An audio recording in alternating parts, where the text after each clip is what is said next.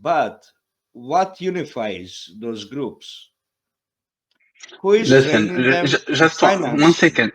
No, If don't you interrupt me, please. Don't interrupt me, please. Who is training and financing them? That's what unifies this group and puts it in a leadership position. What we see in this how they succeeded, it was pretty much after Hama, but even before Hama, they took Hama. It was a lot of civilians joining in with one armed or two armed people, but there was civilians going against the checkpoints. You know, that already they call them sleeper cells. They call them, but after Hama, it was massive. We see that it was civilians that were there, actually rushing and taking the statues, taking weapons that these guys left, and then it's a total chaos. So that's why Al-Julani is talking soft, nice. He's talking to those people. He's not talking to us. He's not talking to world. He's talking to those people, those civilians that are taking weapon, that are not member of any armed organization. He wants them under him. That's why he talking nice, talking soft. Okay, he wants them to join him because it's like all groups of civilians, anyone that has a weapon and that wants to kill someone, wants to fuck someone, wants to rape a bunch of women and take 10 wives. That's what they do now. Okay, that's what they will be doing now: stealing, looting, raping, taking 10 wives. That's what's going to happen. That's what's going on, because there's no enough police or no military to keep that from the civilian chaos. Okay, so I would say, who weaponized and organized HTS? Who gave him a financial support? You know. It was Ukrainians What? and Turkey, both, right? Yes, you're correct. Both. It was not the U.S. Which It was not says CIA. it was All US. right. Once in history, Okay. right? For Okay. once in history. Okay. I Okay. just want to Pause. So, people so fucking overestimate Ukrainian intelligence. It's not even funny right now, man. It's not even fucking no, funny just right now. okay. Ukrainian is It more was powerful than CIA right now. No, come on, Bigari. Come on, Bigari. When I said Ukrainians, that means they were sending those guys into Ukraine to help them. They weren't sending huge number of people into Syria to train them. They were sent to Ukraine to be trained, to watch and be trained. That's what I meant by it. So it was United States organizing all that, right? And Turkey supplying the weapons and artillery, ISR. Well, also Turkey is supplying an ANS with people also, and probably Syrian refugees, sending them back to attack. Okay, and there's the Kurds, right? But there's also in Dara province, south of Damascus, there's also completely different independent that was Israeli supported, right? You. So how it's going to turn out? It seems like Damascus is being taken by civilians with the support of those Dara militants, which not going to resist, if Israeli wants to take over Damascus, which is their desire, right? It's Israeli desire to take Damascus.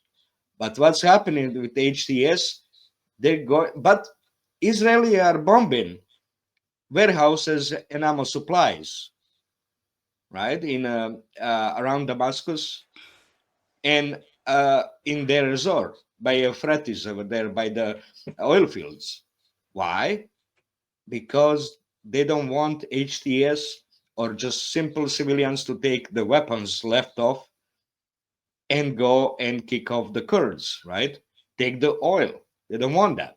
So the US and Israeli wants Kurds to keep the left side of Euphrates, but Turkey doesn't. Turkey wants it, right? Turkey wants Can those I oil. can I Yeah. ask a question? So I think I'm the only American in the chat right now. Is that true? Yes. So what's interesting to me is that if you remember back during the first Trump administration, when he asked why are there U.S. soldiers in Syria, we don't have a declared war there. We don't have why are they there? Pull them out. His generals lied to him and told him to keep, oh yeah, we pulled them out, and they didn't. It was a treasonous act. I think a lot of us in America view that as a treasonous act. But it's interesting that all of this has kind of cut loose right now, because I think it's Trump's intention this time. I'm certainly listening to the people that are around him to make sure that happens this time. And the whole purpose, if you see why the U.S. base was located where it is, it's on the main highway through Iraq, through the Shia-controlled territories of Iraq, into Syria, which then can supply Hezbollah. And you can say, well, that the Israelis want that position covered, and they can't cover it themselves, but the U.S. can. It gives the U.S. a position to kind of provide some air support to the YPG in their fight for ISIS. It has some of those, those benefits. But I think, if the U.S. brass, whoever it is that is orchestrating all of this, says, okay, we're probably going to have to leave here, and it's probably best that we do anyways. Trump's probably right about that. What's the best way that we can cut off Hezbollah, isolate Iran? We're going to maybe approach these guys at HTS and say, all right, let's make a deal. You're and this is going to, with Turkish backing, let's shut off the supply corridor as best that we can. And we'll, as long as you play nice and you don't go off and start massacring a Christian village or something and getting some bad publicity, we're going to let you go ahead and make your move. That seems plausible to me anyway, because I think the U.S. is ready to get out of there. By the way, you're not the only American here. Nunya. Oh, sorry, Nunya. I thought you were Canadian. My British, Vaz, you're my British friend. I'm not fucking British. Oh, you will expect a bomb from Nunya, Brandon. It's dangerous to do that. Sorry. We're the 51st state. It's all good. Canadian Nunya. See, he is Canadian. I knew it. Yeah. But basically, you guys can't tell. You guys He can't tell the cares difference. more about I New can tell York than he cares more about New York than Toronto. So. Oh man, they're the same to me. I'm not from that region. No, guys, this isn't a country anymore. It's New not York's a a country anymore. New York's a foreign country as far as I'm concerned. Yeah, Canada's not a country anymore. We're a state. I live It's in Indiana, different, man. but We it's the don't same care. difference. Ah, right. The 51st states. Yeah. Trump said it. Nunya Who was wants so next? happy when Desi?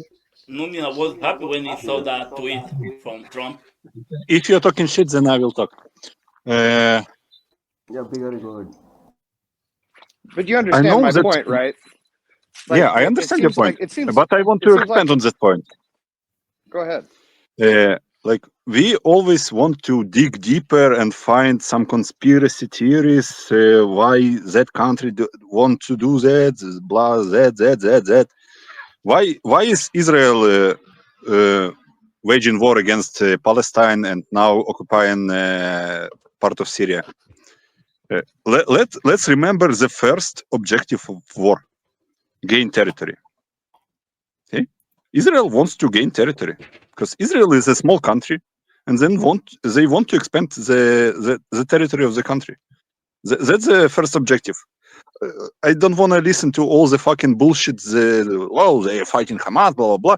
They want to expand the territory that they control, to settle the territory with Israelis, and expand the territory and the population. Why is U.S. in the Syria? Not to fight ISIS, not to help Israel against Hezbollah. They are in Syria because Syria has oil. I don't know why it's so fucking hard to understand. Like, they want to control the oil fields, and that's the first objective. And when Trump said himself that we are controlling the oil fields, it's the Trump words. Yeah. It was the Why president when he said digging that. deeper? Somewhere digging deeper when everything is on the fucking surface, man. Everything Brandon said has its own merit, but it's secondary and on top of everything. Main objective is oil. People, like, why do we have the fucking green energy bullshit?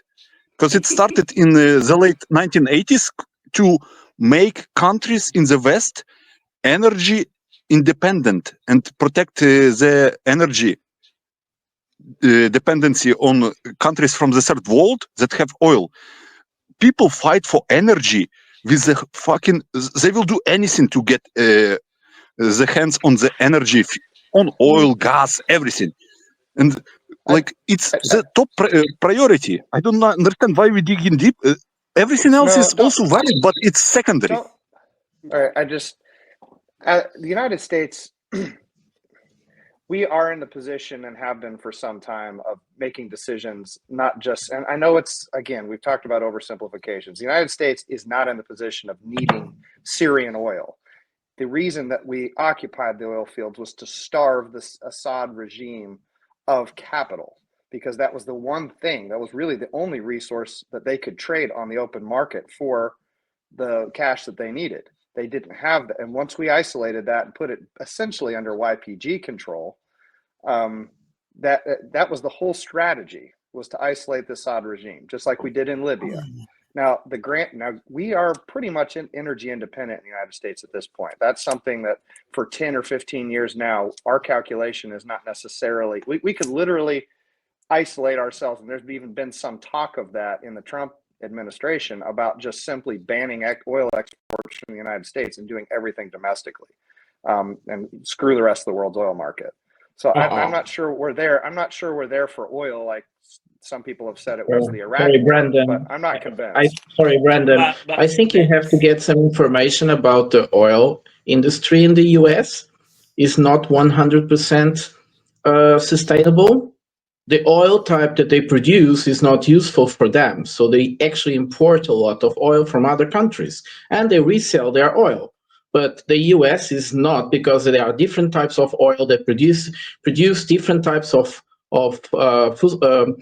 fuels.